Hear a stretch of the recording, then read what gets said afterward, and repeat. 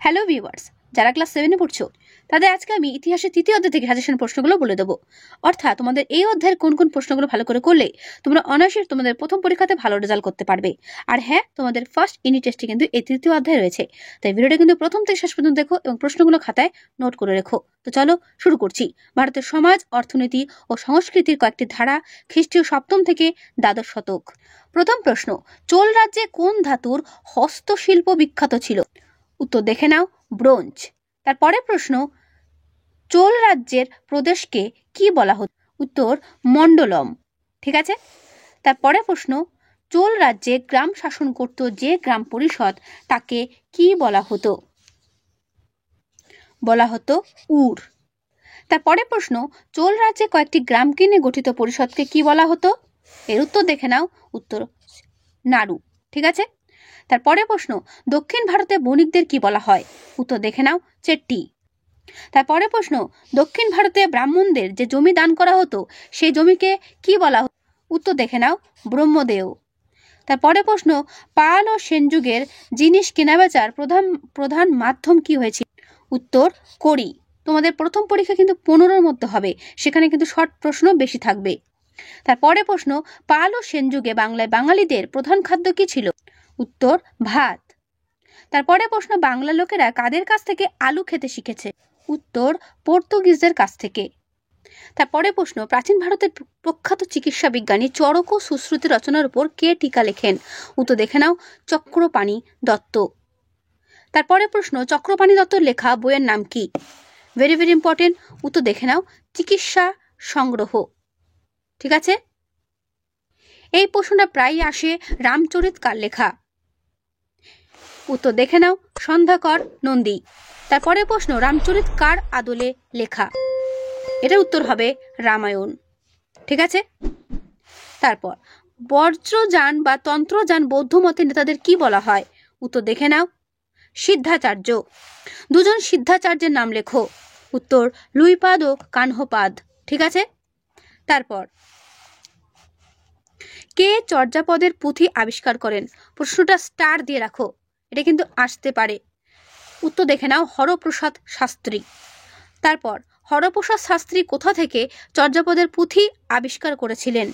নেপাল থেকে। নির্বাণ শব্দের অর্থ কি? উত্তর মুক্তি। অশ্বঘোষ কোন সম্রাটের সমসাময়িক ছিলেন? উত্তর দেখে নাও, কনিষ্ক। কারা নালন্দা মহাবিহারের ব্যাপক ক্ষতি করেছিল? উত্তর তুর্কি আক্রমণকারীরা। বিক্রমশীল মহাবিহার কে প্রতিষ্ঠা করেন? উত্তর ধর্মপাল।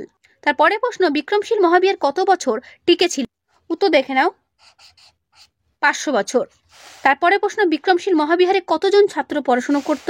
সর্বোচ্চ 3000 জন। তারপরে প্রশ্ন, অতীশ দীপঙ্কর কোন মহাবিহারের মহাচার্য ছিলেন? এটাও আসে পরীক্ষাতে। উত্তর বিক্রমশীল মহাবিহারের। ঠিক আছে। শঙ্কর বা শূদ্র হিসেবে কাদের গণ্য করা হতো? উত্তর দেখে নাও, অব্রাহ্মণদের। গীতগোবিন্দম কাব্যের রচয়িতা কে ছিলেন? উত্তর জয়দেব। পবনদূত কাব্যের রচয়িতা কে ছিলেন? উত্তর ধৈ। লক্ষণ সেনের রাজসভার 5 জন কবি কি নামে খ্যাত ছিলেন? উত্তর দেখে নাও, পঞ্চরত্ন। সদুক্তি কর্ণামৃত গ্রন্থের রচয়িতা কে ছিলেন? উত্তর শ্রীধর দাস। দানসাগর ও অদ্ভুত সাগর গ্রন্থের রচয়িতা কে ছিলেন?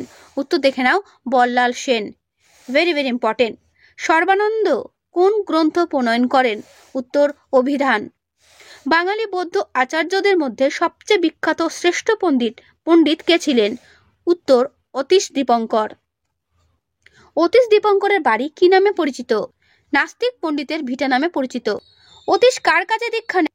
শীল রক্ষিতের কাছে। অতীশ দীপঙ্কর তিব্বতে কোন ধর্ম প্রচার করেন? উত্তর দেখে নাও, মহাযান বৌদ্ধ ধর্ম। কোথায় অতীশ দীপঙ্করের সমাধি আছে? তিব্বতের রাজধানী লাসায়। বড়বুদুর কোথায় অবস্থিত? উত্তর ইন্দোনেশিয়ায়। আঙ্কর ভাট কোথায় অবস্থিত? উত্তর দেখে নাও, কম্বোডিয়ায়। তারপরে প্রশ্ন, কম্বোডিয়ার আঙ্কর ভাট মন্দিরটি কোন দেবতার মন্দির? উত্তর বিষ্ণু মন্দির। তো এই হলো 1 নম্বরের প্রশ্ন। এবার 2 নম্বর অথবা 3 নম্বরের প্রশ্ন দেখে নাও। পঞ্চরত্ন কাদের বলা হয়? Very very important. Jayadev, Dhoyi, Gobardhan, Umapatidhar ও শরণকে একসঙ্গে পঞ্চরত্ন বলা হয়। মনে রাখবে নামগুলো। পাল শাসনের তুলনায় সেন শাসন কেন বাংলায় কম দিন স্থায়ী হয়েছিল? করবে, ভেরি ভেরি ইম্পর্টেন্ট। চর্যাপদ বলতে কি বোঝায়? কে চর্যাপদের পুঁথি উদ্ধার করেন? চর্যাপদের রচয়িতা কারা? পাল ও সেন যুগে বাংলার প্রধান প্রধান উৎপন্ন ফসল কি ছিল? সেই ফসলগুলোর কোন কোনটি এখনো চাষ করা হয়? করবে। এগুলো কিন্তু বড় প্রশ্ন এবং 2 নম্বরে মিলিয়ে বলতে পারো, সব রকম ভাবে পড়ে রাখবে, করবে। রামচরিত কে রচনা করেন? রামচরিত কাব্যের মূল কাহিনী কি ছিল? টিকার জন্য ইউরোপের সামন্ততন্ত্র, ভেরি ভেরি ইম্পর্টেন্ট, করবে। দীপঙ্কর শ্রীজ্ঞান বা অতীশ দীপঙ্কর এর সংক্ষিপ্ত পরিচয় টিকার জন্য ইম্পর্টেন্ট রয়েছে, করবে।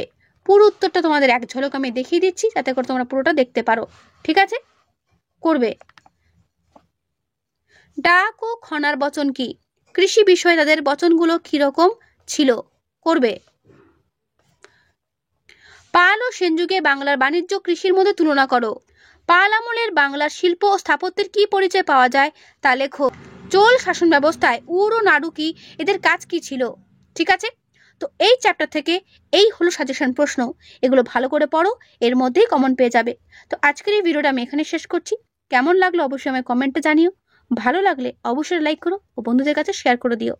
এর আগে আমি দ্বিতীয় অধ্যায়ের সাজেশন প্রশ্ন দিয়ে দিয়েছি, যে বা যারা পাওনি বা এখনো দেখোনি তারা কিন্তু অবশ্যই ক্লাস 7 প্লেলিস্ট ফলো করবে, সেখানে পেয়ে যাবে। সেখানে ইতিহাস কেন অন্যান্য সাবজেক্টেরও ভিডিও দেওয়া রয়েছে,